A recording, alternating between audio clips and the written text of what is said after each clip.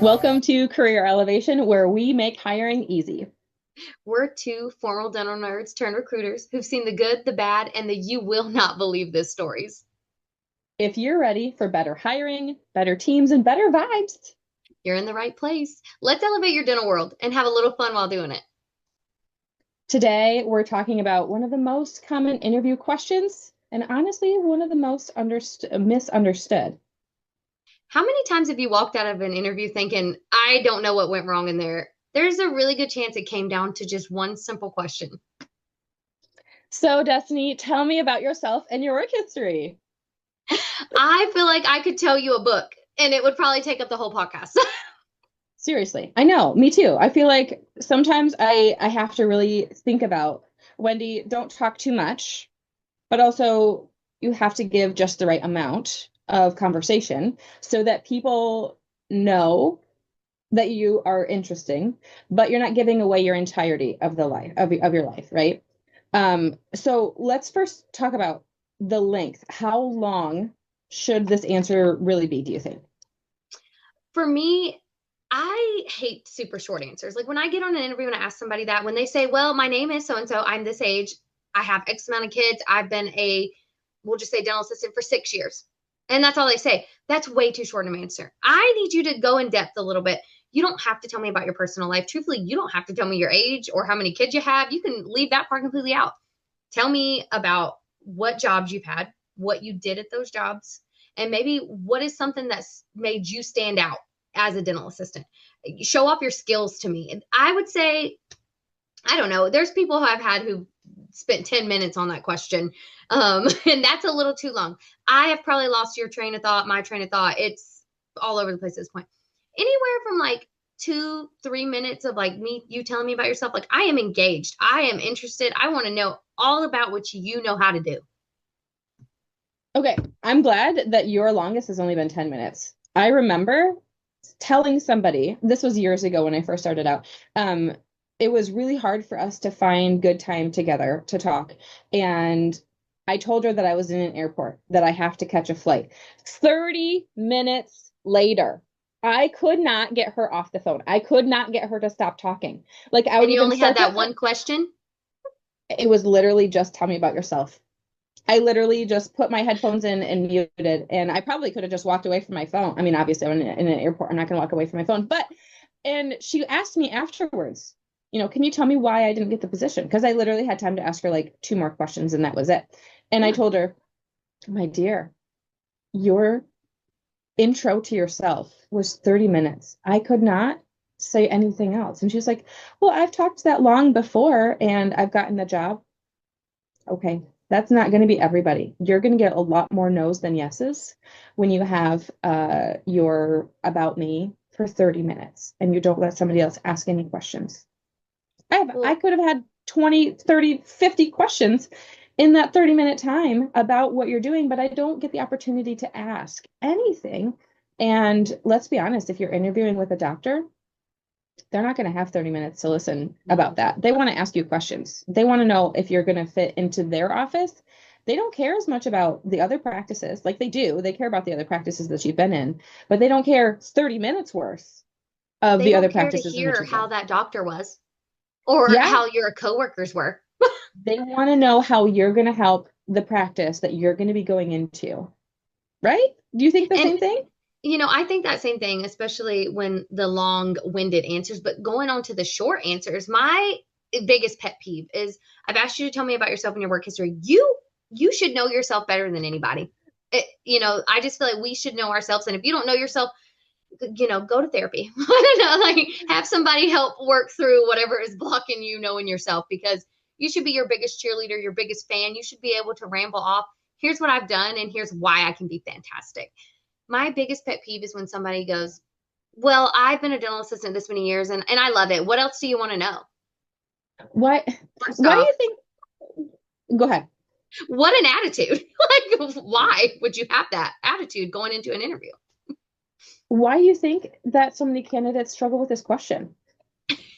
You know, I feel like we said, they don't know themselves. Or like you and I have talked about before, maybe they haven't been to a lot of interviews. I think that's something that is missing in the, I don't want to say the education system, but kind of we're doing all of these classes in high school to prepare kids for the real world, prepare them for college.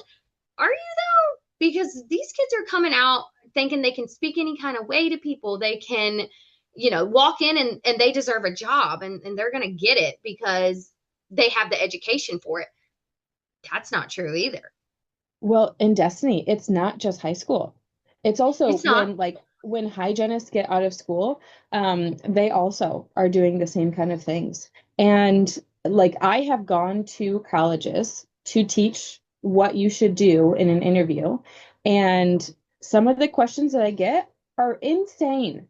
I mean, and I haven't taught at a university for dentists, but I find that the dentist interviews are usually much better, but they've also had 8 years of schooling that they probably have had some kind of exposure. They've already had to Professional like volunteer. Yeah, they've had to do a experiences. lot of things.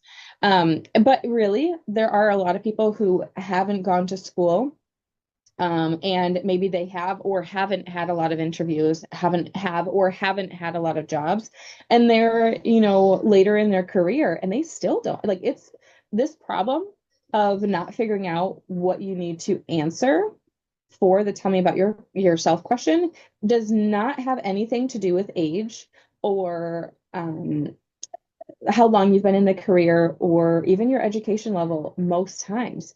This is for everybody. It's And I wild. think I think that's what I meant about high school is we all have to go to high school. Like if So you're, true. located in the United States, you have to have a GED or a high school diploma to get almost any job at this point. And that's where I guess I pinpointed high school because we all have to go there. Not everybody has to go to college or a continuing education. A lot of our candidates are on the job trained, which is fantastic. You can learn so many skills that way. But in high school, why do we not offer a human resource class of some sort to show people, like to show them how to interview? And so that way, when they do go to college or something, they've already had that instilled in their brain.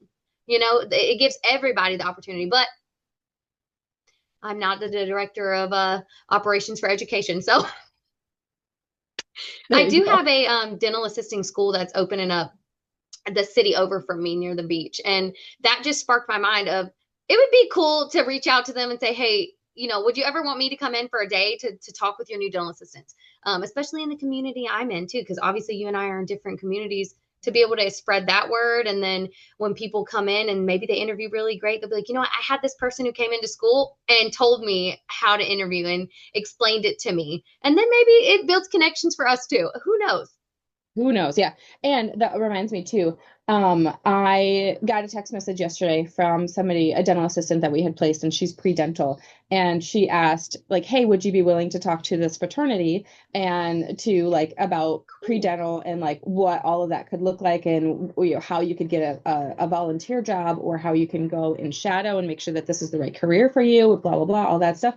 And my answer to her was, is the sky blue? And yesterday it was very blue. Today it is not. But I was like, absolutely, I would love the opportunity to help any and all people figure out, like, one, is dentistry the right career for you? But two, if I can give you some pointers, some help, some tips on interviewing and tell me about yourself and what you should do, all of that stuff. Yeah, man. Is the sky blue? Yeah. Of course. Well, that kind of leads into a question I have. What do you feel like really makes an answer stand out to you? Like, what is something that somebody says and you're like, this person is top tier candidate? Sometimes I don't think that it's always what they say, it's how they say it. Because there's so much that you can say in a tell me about yourself. But if you're so bland and the other person doesn't want to listen because you're bland, then like spice it up. Like the thing that I love and why, like when I'm hiring, what makes a really good interview in its entirety is somebody who oozes the love of dentistry. So not necessarily that there is a right or wrong answer, because there's not. Like you can go on and you can figure out what exactly, like the star method or whatever, to figure out Yeah, what you should do in an interview. I would not personally be able to remember all of that stuff if I'm in an interview. I'm going to be a nervous wreck, right? So if I can leave with one thing around surrounding, tell me about yourself, have passion when you're talking about yourself. So For example, my answer, if I am interviewing as an office manager, for example, I would say, well, I have been in dentistry for 16 years. I started as an assistant and I found out that I love dental, but I didn't love the place that I was at. So I ended up getting another job and now I'm an office manager and I love every bit of it. I love, love, love it. I love the education part of it. I love that I get to learn something new every day. I love the patients that I have. I love the team members that I have. X, Y, and Z. Why do you love dentistry? Show me your passion, right? You don't have to talk about every single detail, every single thing that you have done, but what are the most important things? And then also you can take a look at the job ad and see maybe what points What that you they're like should add in like there. what they need. Yeah, exactly. And highlight those things in your tell me about yourself answer, right? And just pour into this office and show them why you love dentistry and why dental is going to be your passion for the rest of your life. Like I hate when, especially like as a dental assistant, so many people. I actually just had a call yesterday where an office manager was like, "Well, a dental assistant a lot of times is just a transition into being a hygienist or a dentist." I was like, "No, No, no, no. There I are don't so many like people." just. I hate that word. Yeah. I'm glad that I drilled that into your I brain mean, it because bugs me now. good. Um, I've always said that I hate the word just, but it is so incredibly true. Whenever I hear the word just, I'm like, take that out of your vocabulary. So yes, absolutely. Some people take dental assisting as a stepping stone, but most people they take this as a dang career, and I'm so grateful for it. So, And it should be. You have to learn so much to be a dental assistant, truthfully. I know. It's an entirely different language if you think about it. Well, and I was gonna when you told your example, I was gonna tell mine. My biggest like thing Yeah. when I'm talking about myself, obviously I have had the opportunity to work around the military with my husband being in the military. And I that's how I became a dental assistant was training with the military for 600 chairside hours. Didn't get paid for that. I was just actively in school helping with these recruits. And that's something I like to emphasize in my tell me about yourself is because I got to meet so many people from so many places, just different, a big diverse pool of people. And I love that I had that opportunity to help them feel better or more confident. My biggest story that I will remember forever, what made me realize I love dentistry is I had a kid, he was 18, number 8 and 9 were completely shattered. He comes into boot camp, they bring him in and they said, you know, what happens at dental? And he said, well, when I was 8, they got broken when I hit him with a bat or something. I can't remember exactly what hit him, but he said, and we didn't have, he was from, I believe, Puerto Rico. He's like, we didn't have, option to go to dental there. Like it wasn't, my family didn't have dental insurance. We couldn't afford it. And I said, I'm so sorry about that. Like, we're going to get these fixed today. And I remember we completely fixed number 8 and 9 for him. He smiled. I gave him the mirror and he instantly just starts bawling. This guy who's going to be a Marine, hardcore guy, he's crying his eyes out. And he's like, thank you so much. And I just, in that moment, was like, wow, this is what I want to do. This is why I love caring for people and helping people in that aspect. And so I love to hit that on my about me part because it shows why I love what I do and why I care for people and I can help them feel more confident without being judgmental. Because I think in dentistry, that's why so many people are anxious. They feel like a lot of people in it are judgy and they're judging them. And I'm not. You can't help the environment you've been in. You can't help financial. You can't help where you were born. There's just so many things that you cannot control. And so getting to look at somebody and say, hey, it's okay. It's okay that, we need to completely debride your mouth and then fix 10 cavities. You didn't know. Listen to what I'm saying now and let's do better. That's all we need to do.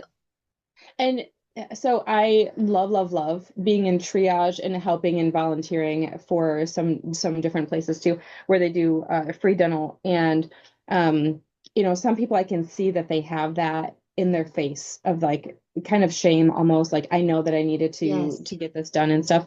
And I tell them with the biggest smile on my face, you know what? I'm so grateful that you are here. You woke up, you drove here, you waited to come and see us. That is half the battle. You are on the Dedication. right path.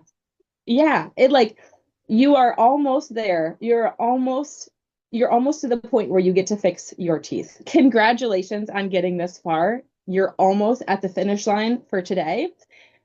You should be so proud. And I hope to see you for another free dental day in the future. Please come back because I'm pretty sure I'm going to remember your face. Speaking of the free dental days, I know that they're always looking for volunteers. I'll put that in the description as well in case it's something in your area that you'd ever be interested in. Giving back just with our skills that we can. Even if you have been out of dental for a little bit, maybe you're retired or whatever, you can go and still do, just check in, check out, greet people. Make sure that they feel comfortable, like Wendy's saying. And I know Wendy does that a lot. She'll go do like the check-in stuff or go do x-rays. I feel like once you know how to do an x-ray, you remember that for the rest of your life. So anything, if you don't want to actively assist, there's options. So I'll definitely drop that in here too. I think volunteering is fantastic. So obviously we've talked about what makes a good answer, but I've had many times where there's been bad answers. Probably 7 out of 10. It's not a great answer. What do you feel like is something that people should never include in this answer when they're talking with us? Don't talk shit about your dentist, your last team members, your patient base, because sometimes we don't necessarily have good patient base, and that's okay. It's not good for you, but that doesn't mean that it's not good for other people. And you don't know the experiences of the people or the person that you're interviewing with. So I think you should never include talking crap about the office or offices that you've worked in, because that means that the person that you are interviewing with, they're going to assume that you are just going to talk crap about them when you're not working for them anymore. Do you have And anything that you think you should never include? it's definitely that. I had somebody the other day. I mean, when I asked them, tell me about myself, instantly, Wendy, I'm not even like, didn't tell me a single thing about themselves, instantly says, well, I worked at this office and dogs this office for a solid 8 minutes. And by minute 2, I'm like, okay, this is definitely a no. We're not going to move forward here because I know nothing about you. I know your old office or what you say of the old office, which I just don't know why you would tell me about that when I'm asking about you. I want to get you a job. I don't need to know about your other office and who your You know, doctor was and why he was mean, which again, I know happens. Wendy and I mentioned in our first episode, we've worked in offices like that. And while they may be fantastic dentists, maybe they're just not great at handling employees. And you're going to have that environment, as bad as it sucks, whether it's in dentistry, the medical field, retail. I mean, you're not always going to have the best leaders. They could use some growing too in a certain aspect, but don't spend your interview dwelling on that. Don't spend what could be your next opportunity at a really amazing place. Maybe it's your unicorn doctor. mm-hmm. Dwelling on the past because you're not there anymore or you're trying to leave that place. Yeah. I think that's so very important. And I think that it's so easy to talk about the negative, but if you get your mind into talking about and seeing all of the positive, I think you are going to have so much better of an opportunity, not just for your interviewing, but for the rest of your life too. And when you're talking to patients, same. Show them and see the positivity in what they're going to be doing or what has been done, and they will be forever grateful if they see somebody talking so much more positively than negatively about anything and everything, truthfully. You know who really motivated me in that? And I think people should check out the geriatric tooth fairy. God bless Oh her. my I gosh. loved her do. She really explains like to change your mindset can change Seriously. everything for you. Hmm. So check her Absolutely. out. Again, not an ad, but just a wonderful experience that Wendy and I got to have a couple months ago with so many wonderful women in dentistry. I mean, Yeah. it really motivated me. I know Wendy and I have so many goals to complete this year, and I'm excited about it. Yeah, Sonia Dunbar. She's got email newsletters too. Those are wonderful. She has Yeah. good posts on LinkedIn. I don't think I follow her on Facebook, but I follow her on LinkedIn, and I'm always seeing really good things too. So go follow her. She's wonderful. And also, if you see or you get the opportunity to listen to her speak, or like in a continuing education, oh my God, go and do It's it. amazing. She is fantastic. I've known about her for the last few years, and at Due in November was the first time that I actually got to listen to her in person, and she got a standing ovation. That was Yes, you so should. long. Oh, absolutely. And I don't know if she has that speech at a lot of different places, but if she doesn't, she should, because that was phenomenal. Um, I did want to add one other thing too. So at the job where I became an office manager, so I was interviewing as a receptionist. I want to say, if you think that you didn't do a good job in an interview, that doesn't always mean that you're not going to get the job. In Yeah. that interview where I was going to be a receptionist, I cried. I cried because I felt like I was at the principal's office. Even in high school, I never went to the principal's office, like never once. I don't know why No. it was such a big fear of mine. But whenever I would have to go to the manager's office or like the doctor be like, "Hey, can I talk to you?" I would always cry. For I don't know why. I'm thankful that I'm over it now. Maybe because I'm a business owner and now like nobody can really tell me what to do. You can, but also not really. I But wouldn't. just know that just because they're crying, it doesn't necessarily mean that it's going to be a bad interview for the interviewee and for the interviewer. Sometimes it's just one of those like you can't get that subconsciously out of your brain. You know what I mean? Have you ever I had know somebody cry in your interviews? I did, and you and I talked about it. You and I talked about it, and it ended up being she was a fantastic candidate. I mean, she ended up being wonderful. She was just so full of emotion about having to leave her office because it was such a wonderful office that hard. It is hard, and I've been there. I remember when I had to leave my unicorn office and move to South Carolina a few years ago. I was so sad because I knew in my heart how hard it is to find that again, and it was like, how do you find it again? And so then obviously I luckily found you, and so you're my unicorn too, and we're just on a different path other than clinically assisting. So, I would cry if you and I had to split ways. So I would cry if, trust me, I think about that way too often that any of my team members are going to leave and I like start to tear up and I'm like, please, dear God, make sure that the stars align and that I can keep all of my team members for as long as possible because I love each and every one of them in a similar way, but also in different ways. And I'm so grateful for each of them. And I hope that wherever you decide to go to, if you are interviewing, that you find your unicorn office. We'll have to do another podcast where we talk about how to find the best yeah, office because I think that or what also is going makes to an be office a unicorn? true. True. You can't always spot it, but sometimes you can. Sometimes.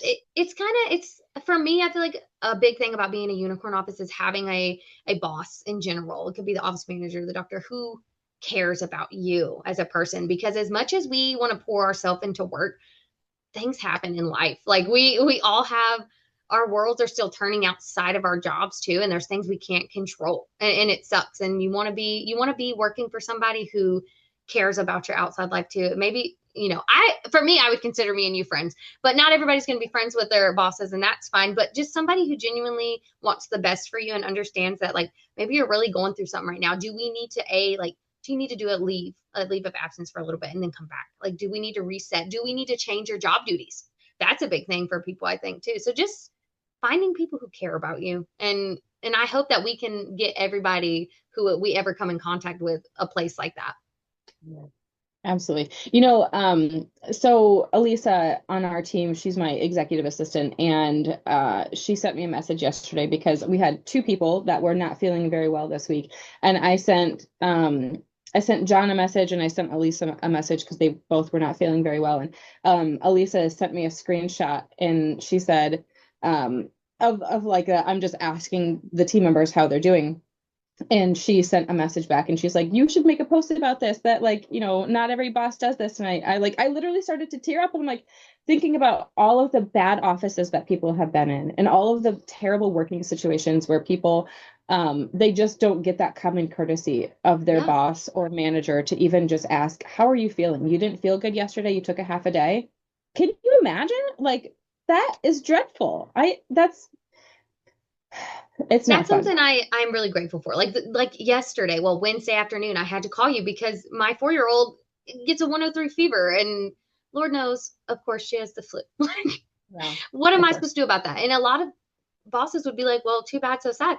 Do you think I want to be off to deal with a 4-year-old who's screaming, crying with the flu? No, I absolutely don't. I really do not. If I was taking off to maybe go to the beach randomly the day before, like, yeah, you could be upset then. But laying with a 4-year-old who's probably giving me the flu right now is not fun. Seriously. I know, I know. So I hope that wherever you're listening to this, I hope that we can somehow help you find, if it's just through the podcast, if it's through the continuing education credits that we have scheduled this year, if it's through interviewing, if it's through career coaching, however we can help you, we want to be able to get you and make sure that you are in the right practice. And I know it sounds crazy that this one question really sets the tone for your entire interview. And when you answer it, everything just flows more naturally. Just be yourself and be open, I think is the biggest thing. Yeah.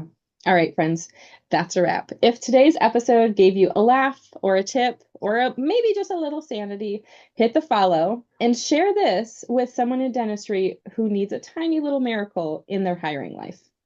We've got more stories, strategy, and sass coming your way. Until next time. Stay elevated.